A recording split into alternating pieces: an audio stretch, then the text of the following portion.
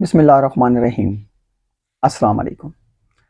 آج ہم سورۃ النساء کی آیت نمبر 71 سے لے کر آیت نمبر 80 تک کا آسان اردو ترجمہ بیان کریں گے۔ اللہ کے نام سے شروع جو نہایت مہربان ہمیشہ رحم فرمانے والا ہے۔ اے ایمان والو، اپنی حفاظت کا سامان لے لیا کرو، پھر جہاد کے لیے متفرق جماعتیں ہو کر نکلو یا سب اکٹھے ہو کر کوچ کرو۔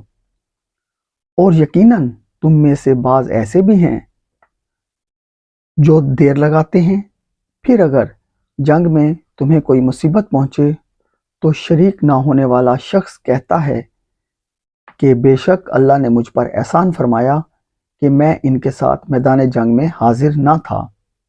اور اگر تمہیں اللہ کی جانب سے کوئی نعمت نصیب ہو جائے تو پھر یہی منافق افسوس کرتے ہوئے ضرور یوں کہے گا گویا تمہارے اور اس کے درمیان کچھ دوستی ہی نہ تھی کہ اے کاش میں ان کے ساتھ ہوتا تو میں بھی بڑی کامیابی حاصل کرتا۔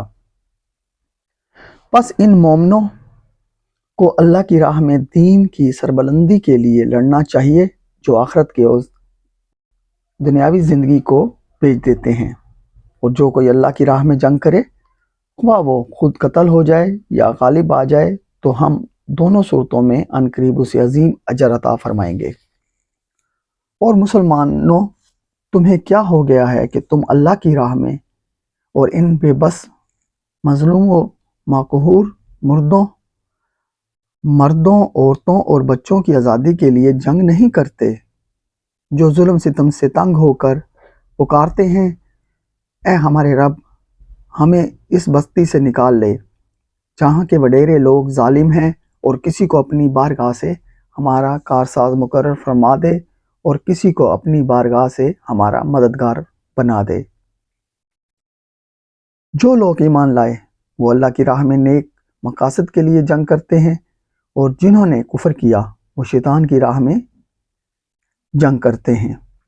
پس اے مومنو، تم شیطان کے دوستوں یعنی شیطانی مشن کے مددگاروں سے لڑو، بے شک شیطان کا دو کمزور ہے۔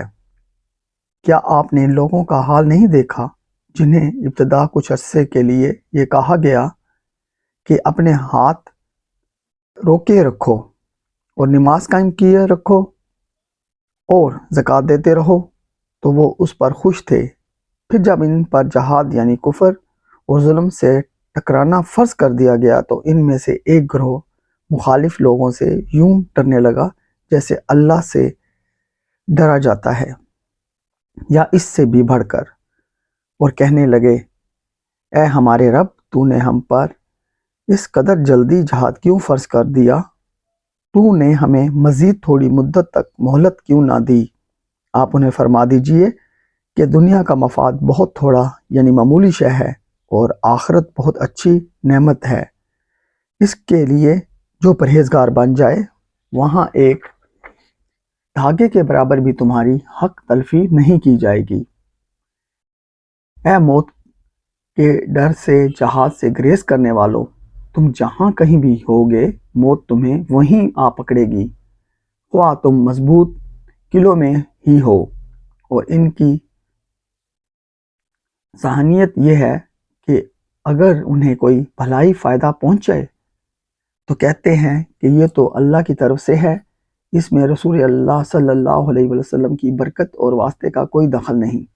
اور اگر انہیں کوئی برائی نقصان پہنچے تو کہتے ہیں اے رسول یہ آپ کی طرف سے یعنی آپ کی وجہ سے ہے۔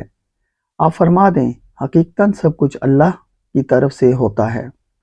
بس اس قوم کو کیا ہو گیا ہے کہ یہ کوئی بات سمجھنے کے قریب ہی نہیں آتے۔ اے انسان اپنی تربیت یوں کر کہ جب تجھے کوئی بھلائی پہنچے تو سمجھ کے وہ اللہ کی طرف سے ہے، اسے اپنے حسن تدبیر کی طرف منسوب نہ کر، اور جب تجھے کوئی برائی پہنچے تو سمجھ کہ وہ تیری اپنی طرف سے ہے، یعنی اسے اپنی خرابی نفس کی طرف منسوب کر۔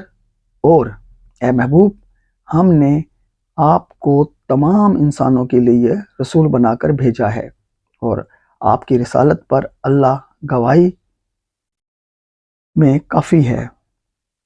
جس نے رسول انور صلی اللہ علیہ وآلہ وسلم کا حکم مانا، بے شک اس نے اللہ ہی کا حکم مانا، اور جس نے روگردانی کی تو ہم نے آپ کو ان پر نگہبان بنا کر نہیں بھیجا۔ جزاک اللہ۔